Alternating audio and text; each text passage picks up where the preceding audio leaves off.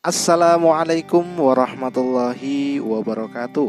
Apa kabar anak-anakku sekalian? Semoga kalian sehat selalu dimanapun kalian berada. Hari ini kita akan belajar sejarah perkembangan Islam di Indonesia pada mata pelajaran pendidikan aswaja atau ke-NU-an. Sebelum pembelajaran kita mulai, kita berdoa terlebih dahulu agar apa yang kita pelajari hari ini bisa bermanfaat khususnya untuk diri kita dan juga orang lain. Mari bersama-sama kita membaca basmalah. Bismillahirrahmanirrahim. Sebelum pembelajaran hari ini kita lanjut, saya akan membacakan kompetensi dasar dan indikator pada bab sejarah perkembangan Islam di Indonesia. Kompetensi dasar yang pertama, memahami sejarah masuknya Islam di Indonesia dan strategi penyebarannya. Yang kedua, memahami perkembangan Islam di Nusantara. Indikatornya, yang pertama, mendeskripsikan sejarah masuknya Islam di Indonesia. Yang kedua, mengenal para mubaligh penyebar Islam di Indonesia. Yang ketiga, menunjukkan beberapa tempat peninggalan para mubaligh Islam sebelum masuk ke Indonesia. Yang keempat, menyebutkan nama kerajaan Islam Nusantara. Yang kelima, menyebutkan faktor-faktor pendukung berkembangnya Islam di Indonesia. Yang ketujuh, menjelaskan strategi dakwah para mubaligh Islam. Dan yang terakhir, menjelaskan pendekatan yang dipakai para mubaligh Islam dalam bidang perekonomian, seni, budaya, dan politik.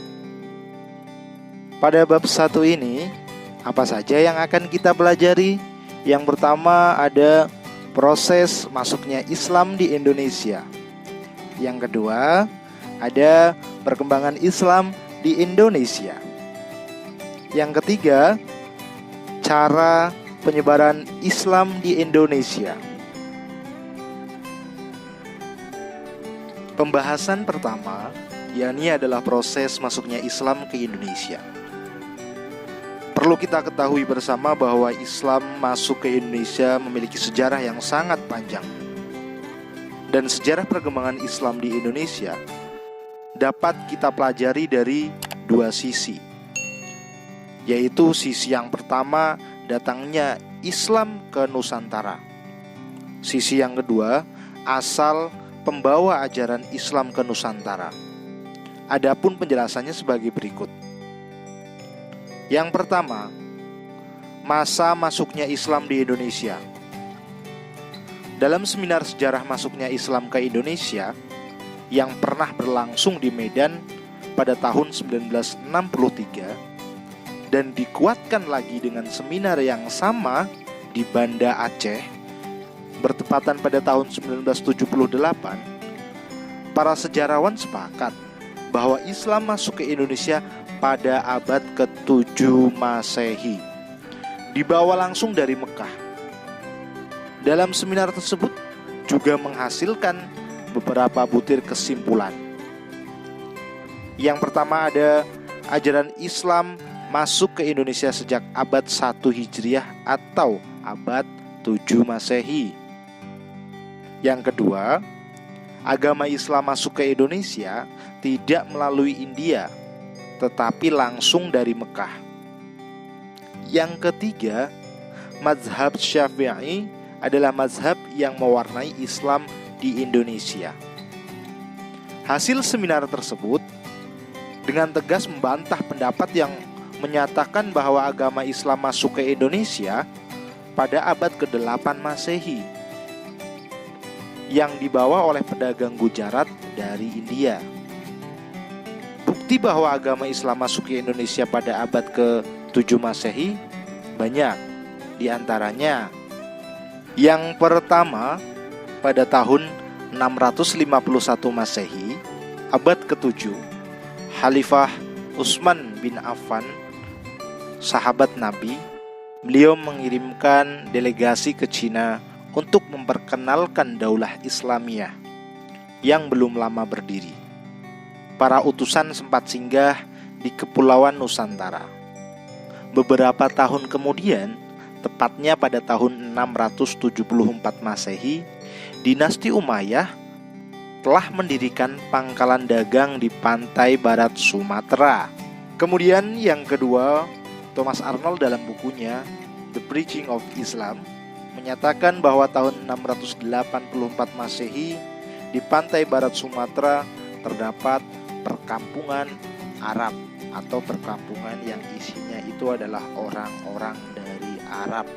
Yang ketiga, berita dari dinasti Tang, Cina, yang menyebutkan adanya ekspansi orang-orang Taceh, sebutan untuk orang Arab, pada tahun 674 Masehi terhadap kerajaan Holing, kerajaan Kalingga yang dipimpin oleh Ratu Sima.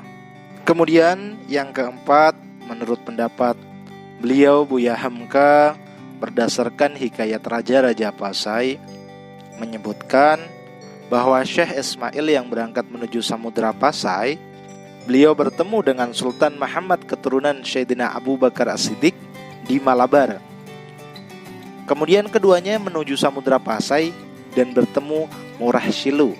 Murah Silu itu adalah nama orang yang setelah masuk Islam mengganti namanya dengan Malik Saleh.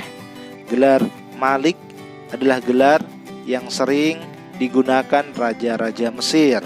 Kemudian bukti yang terakhir ya, di negara Arab pada abad 7 dan 8 Masehi itu di sana telah berkembang mazhab, salah satunya adalah mazhab Syafi'i.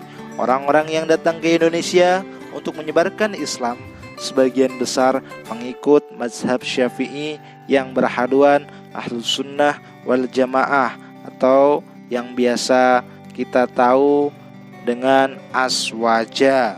Proses masuknya Islam ke Indonesia, pembahasan yang kedua adalah asal pembawa ajaran Islam di Indonesia. Jadi para pakar sejarah itu berbeda pendapat mengenai siapa dan dari mana Islam dibawa ke Indonesia. Berikut diantaranya. Yang pertama, menurut Snelkergrens de Moquet dari Belanda berpendapat bahwa Islam masuk ke Indonesia melalui Gujarat, India. Berdasarkan penemuan beberapa batu nisan yang ditemukan, seperti makam Maulana Malik Ibrahim di Gresik yang memiliki kesamaan bentuk dengan batu nisan di Gujarat. Begitupun dengan Sucipto Wiryo Suparto juga sependapat. Dibuktikan dengan salah satu makam Raja Islam Samudra Pasai yang dibuat dari marmer buatan Gujarat. Kemudian, menurut Hussein Jayadiningrat berpendapat bahwa Islam masuk ke Nusantara melalui Persia, Iran. Buktinya adalah ejaan dalam tulisan Arab diistilahkan dengan bahasa Iran, yaitu Jabar untuk menyebut fathah, untuk menyebut kasroh, dan pes untuk menyebut domah, penulisan huruf sin yang tidak bergigi, serta pemakaian gelar syekh bagi raja pada abad ke-15. Menurut Alwi Shihab, berpendapat bahwa Islam masuk ke Nusantara dibawa oleh pedagang Sufi Muslim Arab yang memasuki Cina lewat jalur bagian barat. Hal ini berdasarkan berita dari dinasti Tang, Cina, yang menyatakan adanya pemukiman Sufi Arab di Cina yang penduduknya diizinkan oleh penguasa untuk sepenuhnya menikmati kebebasan beragama. Kata Cina yang dimaksud adalah gugusan pulau-pulau di timur, termasuk Nusantara. Dan yang terakhir, menurut Haji Abdul Malik Karim Amrullah atau Buya Hamka, berpendapat bahwa Islam masuk ke Indonesia melalui Mesir dan Mekah yang didasarkan pada hikayat Raja-Raja Pasai dalam sejarah Melayu. Demikian pembelajaran hari ini untuk anak-anakku sekalian. Sampai berjumpa minggu yang akan datang. Akhirul kalam, wallahul muwaffiq illa aqwamit thoriq. Assalamualaikum warahmatullahi wabarakatuh.